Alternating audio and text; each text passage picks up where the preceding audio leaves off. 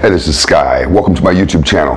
Go check out my website at skysworld.com for life coaching and mentoring. It's bright and early, daily discipline, mind, body, and soul. This is how we get through. Sunday, the student study group for warriors. I don't know if I have any new subscribers this week. Most of you know how we get down on Sundays. If you're new, welcome to the channel. I got some good people here. Maybe you can make a connection with some good people who are on this path.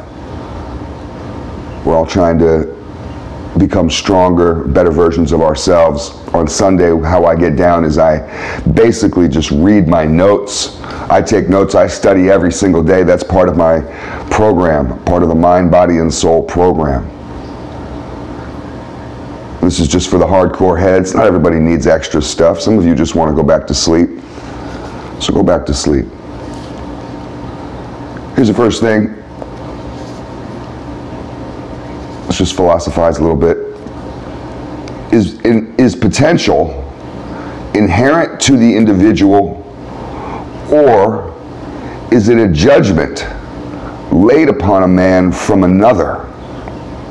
So, is your potential a part of you? Do you actually have potential? Or is potential something that someone else recognizes? Is it something that really is just a label that somebody else imposes upon you? Does potential come from others? I mean, what if nobody recognized your potential? Do you have it?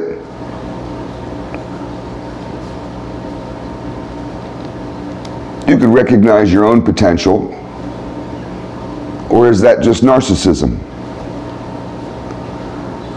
Potential seems to be this formless thing we give structure to.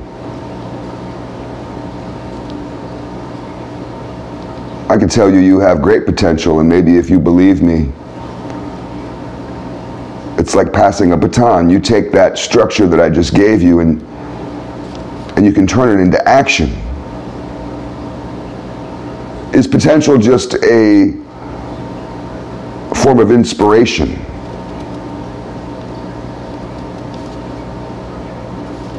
It's just hard to tell if it's real or not, if there is actually anything of substance in potential, or if that's just a trick, if it's a motivational trick.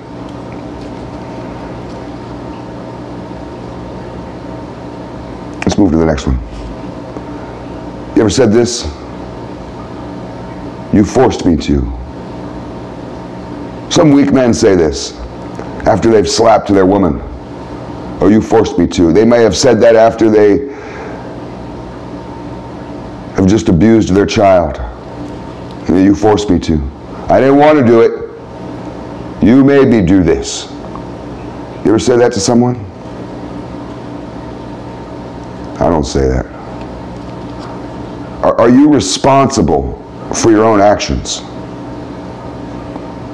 You just said, oh, you forced me to, so then I have to ask, are you responsible for your own actions? If you're not, and someone forced you to do this, and if you're not responsible for your actions, then who is responsible for your actions? The wife you just slapped, she's responsible for your actions? You see how stupid that sounds? Do you have free will? Are you a robot? Other people control you? You have any free will at all? Is your emotional impulsivity someone else's fault? Your emotional breakdown, is that somebody else's fault? Your emotional weakness, is that her fault? Is that a child's fault that you're a little bitch, you're a weak fucking bitch? That's the kid's fault? Let's move on to the next one. When you don't demand your worth, you become a slave. A lot of people don't know their worth. A lot of people know their worth, but they're too scared to ask for it. They have a brainwashing, self-sabotaging voice inside of them that may have been fed to them by their parents who were also brainwashed, or their teachers who were trying to brainwash them, or commercials that you watch all day long and you don't realize how brainwashed you've become. And you give up on your self-worth. I'm not worthy. You're convinced that you're just a pawn pauper, a sheep. They've convinced you that you're this powerless weakling and that rich people, the government, authority, all have power over you. I don't know, why do rich people pay the minimum wage if they're not forced to? If we don't have a minimum wage in this country, and we have tried this, the Gilded Age in America, back in the turn of the century, that was when we were actually a third world country. Children worked in mines, they worked as slaves in factories. Go read the stories about the Lowell factories where women had to fight for their lives, jumping out of windows, little girls. So if we don't force, if the government literally, with the threat of prison, if the government doesn't threaten rich folk, you better pay that motherfucker a living wage. They won't do it. Why? Why won't they do it? Why does the government have to force them to pay you a wage that you can survive on? Is it a sin to underpay a man? Or are you just greedy? You think you need more? Is your greed good? Why do you live beyond your means? Why do you need all that stuff? It's all just stuff to philosophize on. Let's move forward. Free speech is used by the government to expose the extremists, anti-establishment groups, and people who are against society. In fact, freedom of speech can be looked at as a way to control society. You give the citizenry this illusion of freedom of speech. This is a right that you have, and they clutch to it. But all you're really doing is giving them a way to rat themselves out, to snitch themselves out, to expose themselves as who's the ones that are against you. Rome did this. The Roman Empire did this. There were many, many different anti-Roman groups within Rome. Political action groups, all kinds of different groups. The Roman Antifa, the Roman Proud Boys, all these different groups. Tons of them. There were tons of them. You could readily, in Rome, go and join some anti-Roman group, and guess what? Every single one of those fucking anti-Roman groups was set up by the Roman government, secretly. Their little Roman CIA, their secret service, whatever they had, they set that shit up in order to trick people, to expose the extremists, because they know they would show up. You get some dumbass showing up to these meetings saying, yeah, fuck Rome, and they're writing that down. Haha, Bob Smith, he's on the list. I'm not against free speech.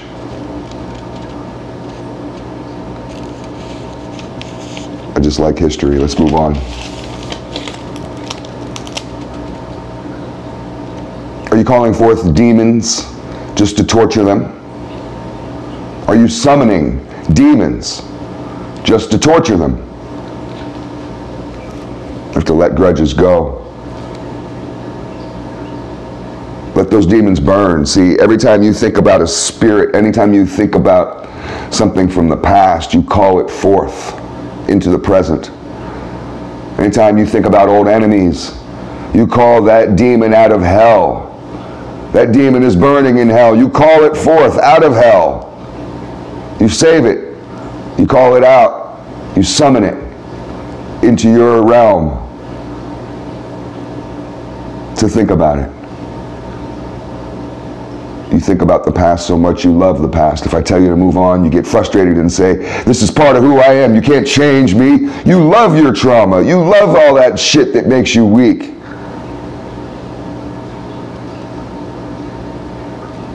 Let's move on to the next one. Are heroes always ideological extremists? Superman, Batman, all these types. Think of more superheroes. Iron Man. Why do they all do it? They're ideological extremists. They're political extremists. They're super weirdos. And they mask that shit as being good. I'm so good. I'm here to save you. I'm so good. I'm the good one. You guys are all such degenerates and I have to save you. The superhero is hell-bent on saving others, right? I have to save you.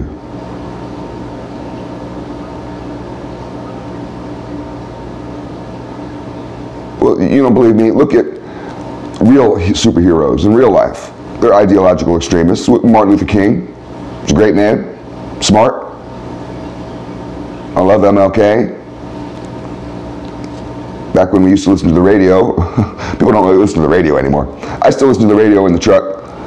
But back when radio was popular, when I was a kid, on MLK Day, even before it was a holiday, I'm old enough to remember before it was a holiday, they would play the MLK speeches on the radio, and you could tune in and hear him. He was absolutely an ideological extremist, a religious and political extremist. I don't use that word lightly. Gandhi, same thing. Absolutely an ideological extremist. Haile Selassie, you don't know who he is. I could go on and name these types of people. All ideological extremists. What about first responders?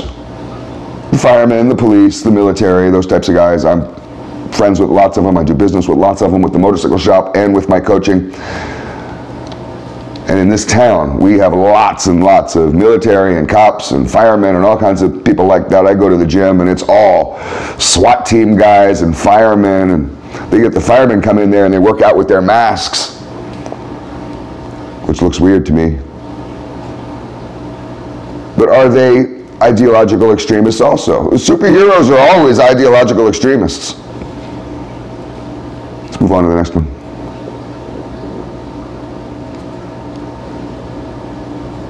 Let's try to hash this out. The Bible says there is none righteous.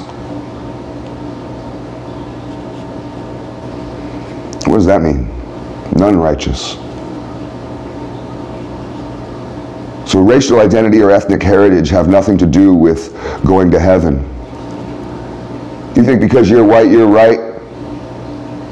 You think because you're white, you got it all figured out, that you're better than everybody else? You think because you're black, that you're part of some ancient race of kings, that everything on earth spawns from you, you're the greatest ever? You think all that kind of crap? I'm going to tell you right here, right now, all races will be judged the same. Your skin color has nothing to do with your path to heaven. It's how you live your life.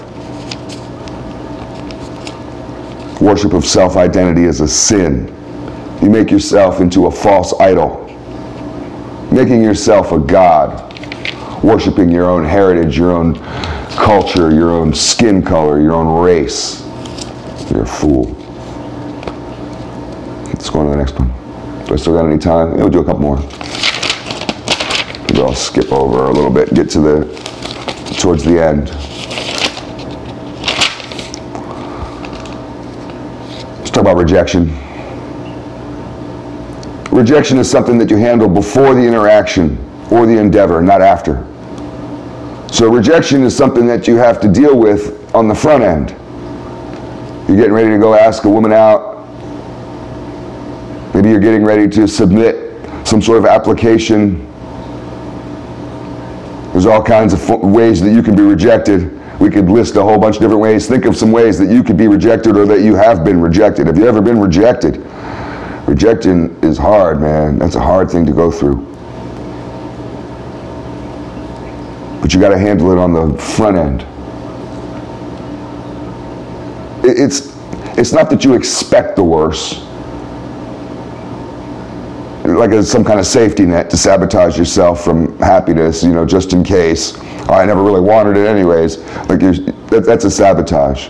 No, it's about non-attachment. So the way to handle rejection, to not worry about rejection, you move on, you don't even care. It doesn't affect you. Some people are really good with rejection. Some people, it devastates them, they kill themselves. And it's about non-attachment to outcomes.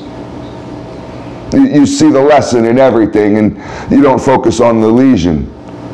You can recognize, I learned something today. It didn't work out how I wanted.